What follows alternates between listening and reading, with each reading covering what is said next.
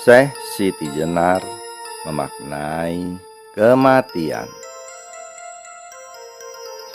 Pupuh 7 Asmarandana, bait 51 dan 52 berbunyi. Berkatalah Syekh Siti Jenar, Sunan Bonang, Anda undang saya untuk datang ke Demak. Saya enggan untuk datang ke sana, sebab saya merasa tidak dibawa atau diperintah oleh siapapun kecuali oleh diri saya. Perintah pribadi yang saya ikuti, dan selain itu tak ada yang saya patuhi perintahnya. Bukankah kita ini sesama mayat? Mengapa seseorang memerintah orang lain?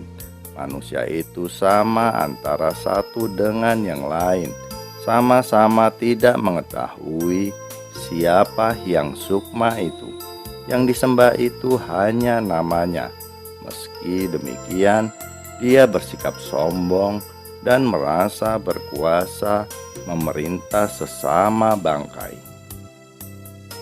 Pada episode yang lalu telah dibahas pengertian pribadi, bahwa manusia hidup ini sebenarnya perwujudan dari pribadi. Hakikat pribadi itu satu, karena pribadi merupakan pancaran zat ilahi. Tak ubahnya sel-sel yang membentuk tubuh kita, semuanya berasal dari satu sel hasil peleburan sel sperma dan sel telur. Dari satu sel itu terbentuk berbagai macam jenis organ tubuh yang membentuk satu jaringan raga ini. Sel badan, sel tulang, sel kepala, sel rambut, mata, hidung, mulut, dan lain-lain berasal dari satu sel yang berbeda perannya. Meskipun peran sel-sel organik tersebut berbeda, tapi sama-sama totipoten. Setiap sel dapat tumbuh menjadi raga yang utuh. Itulah bukti bahwa hidup ini berasal dari pribadi yang satu. Tak ada dua pribadi di dunia ini. Dari satu pribadi tumbuh menjadi banyak manusia. Yang banyak itu badan ragawinya, yang banyak hanyalah penampakan fisiknya. Lingkungan hidup manusia mempengaruhi perilaku dan pandangan hidupnya, mempengaruhi peran yang diembannya, sehingga dari satu pribadi lahir aneka ragam kehidupan dan peran. Semua merupakan wujud dari kodrat dan irodat pribadi pancaran ilahi. Wujud-wujud lahiriah manusia ini hanyalah bentuk-bentuk gelombang. Ada yang kecil, ada yang besar, ada yang pendek, ada yang panjang. Semua berasal dari lautan. Jika manusia menyadari kodrat dan irodatnya, tak ada manusia yang memerintah atau diperintah yang lain. Tak ubahnya pertumbuhan dan perkembangan sel-sel di dalam tubuh ini. Jantung tumbuh dan bekerja bukan karena perintah otak. Begitu pula yang lainnya. Meskipun otak manusia sebagai pusat koordinasi kehidupan, tapi otak tidak memerintah ginjal, usus, hati, paru-paru, limpa, dan lain-lainnya. Semua bekerja atas peran kodrat dan irodatnya yang dikoordinasi otak. Ya, masing-masing menjalankan perannya. Yang satu tidak menindas atau mematikan kehidupan yang lain. Kalau ada sel yang kerjanya menindas atau membunuh sel lainnya, itu namanya sel kanker. Sebenarnya dalam kehidupan masyarakat manusia juga demikian. Orang-orang yang kerjanya menindas, menghisap, merugikan, menguasai, atau membunuh orang atau kelompok lain yang menjalankan fungsinya dengan benar, mereka itu adalah sel-sel kanker dalam kehidupan. Dalam bait pupuh tersebut, Siti Jenar menjelaskan bahwa dirinya cuma mengajarkan agama sesuai dengan yang dipahami. Memang pemahamannya terhadap agama Islam berbeda dengan wali-wali yang lain, tapi itu toh sebatas memenuhi kodrat dan irodat sang pribadi yang bertahta di dalam dirinya. Jadi, kalau ada perintah, sebenarnya hanya perintah yang datangnya dari dalam, bukan dari luar. Raja juga memenuhi peran yang diembannya dari sang pribadi. Fungsinya seperti otak, mengkoordinasi jaringan kehidupan dalam sebuah negara. Dalam eksistensinya, manusia memang harus mematuhi perintah sang pribadi. Pada zaman sekarang, mematuhi sang pribadi ini dikatakan mengikuti suara hati nurani. Ini cuma istilah. Yang dimaksud sama, perintah dari dalam. Karena yang dalam itu jujur, yang dalam tak pernah berbohong. Namun yang dalam ini terperangkap badan. Dan dunia luar menarik sang dalam untuk keluar. Bila yang di dalam lemah, maka suaranya tak dihiraukan lagi. Tak ubahnya suara rakyat kecil, tak digubris oleh para elit negara, meski suaranya itu benar. Dewasa ini apa yang dipraktekkan oleh para pemimpin negara-negara maju mirip dengan yang disuarakan oleh Siti Jenar. Para pemimpin itu dipilih oleh rakyat dan mereka bekerja untuk membangun kesejahteraan rakyat.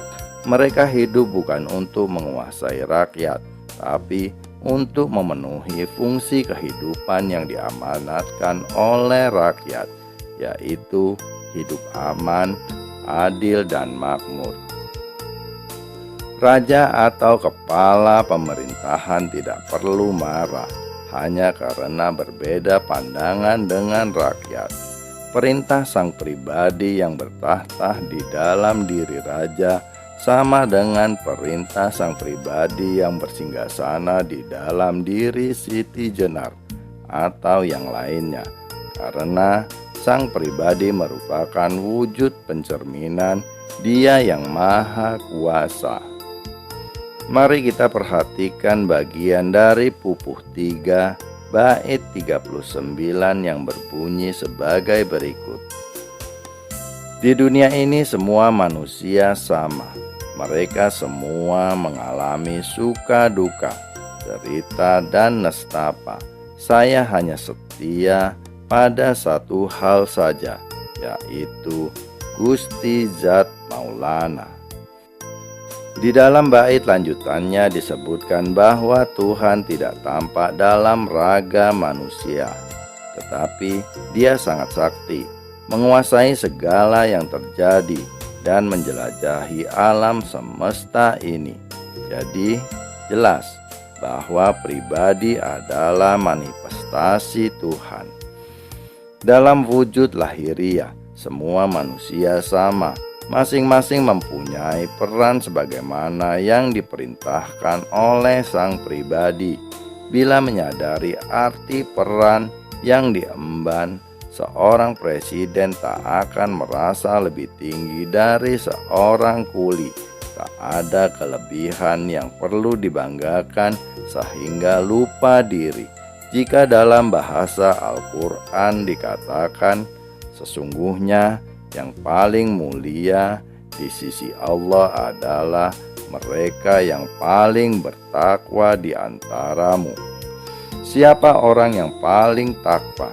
Tentu bukanlah mereka yang paling hafal kitab suci, juga bukan mereka yang paling banyak menjalani ritual agama, Kalau penilaian ketakwaan itu didasarkan pada hafalnya kitab suci, tak perlu ada berbagai macam kitab suci di dunia ini. Begitu pula jika didasarkan pada banyaknya ritual, tak perlu ada aneka agama di bumi ini. Satu macam agama dan diwariskan terus-menerus sudah cukup. Tapi kenyataannya tidak demikian. Berbagai macam agama muncul di dunia bahkan sampai dewasa ini, meskipun agama yang lebih dulu menyatakan sebagai penutup. Yang Kristen menyatakan Yesus sebagai satu-satunya jalan untuk sampai kepada Tuhan. Artinya sudah tertutup bagi munculnya agama lain. Begitu pula kebanyakan orang Islam mengklaim bahwa agama Islam sebagai agama yang sah. Dengan demikian, Muhammad SAW sebagai penutup agama. Masing-masing klaim bahwa dirinya yang benar. Padahal semua sadar bahwa semua manusia sama kedudukannya, yaitu sama-sama hamba Tuhan. Loh, apa nggak bingung? Di mana logikanya? Lebih bingung lagi bila jawabannya memang benar di luar logika. Tak perlu susah-susah mencari definisi takwa. Definisi dapat direkayasa, tetapi yang jelas takwa berkaitan dengan kebenaran. Yang paling banyak berbuat benar, ya, dia itu yang paling banyak menabung kebenaran. Dan kebenaran bukanlah teori. Kebenaran adalah praktek, amal bakti dalam kehidupan. Amal bakti menjadi benar bila itu wujud dari panggilan nurani, sang pribadi. Amal bakti yang berasal dari panggilan luar diri, apakah itu karena hadiah atau perintah, iming-iming atau paksaan, jelas bukan kebenaran, karena kebenaran itu berjalan secara alami. Kebenaran bekerja secara alami, ia berjalan dari dalam dirinya, dari kodrat dan irodatnya. Dengan demikian, orang yang paling bertakwa adalah orang yang paling banyak mengikuti nuraninya. Dengan kata lain, orang yang paling banyak mematuhi perintah sang pribadi. Dalam bahasa Al-Quran, yang paling bertakwa yaitu mereka yang paling banyak mengikuti kehendaknya, mengikuti kehendak Tuhannya. Kehendak Tuhan itu dilewatkan melalui saluran-saluran resmi yang dinamakan sang pribadi atau sukma sejati. Nah, yang paling mulia ya dia yang ajak mendengarkannya dan mengamalkan perintahnya sesuai dengan kodrat dan irodat yang ada pada dirinya. Bersambung ke episode berikutnya.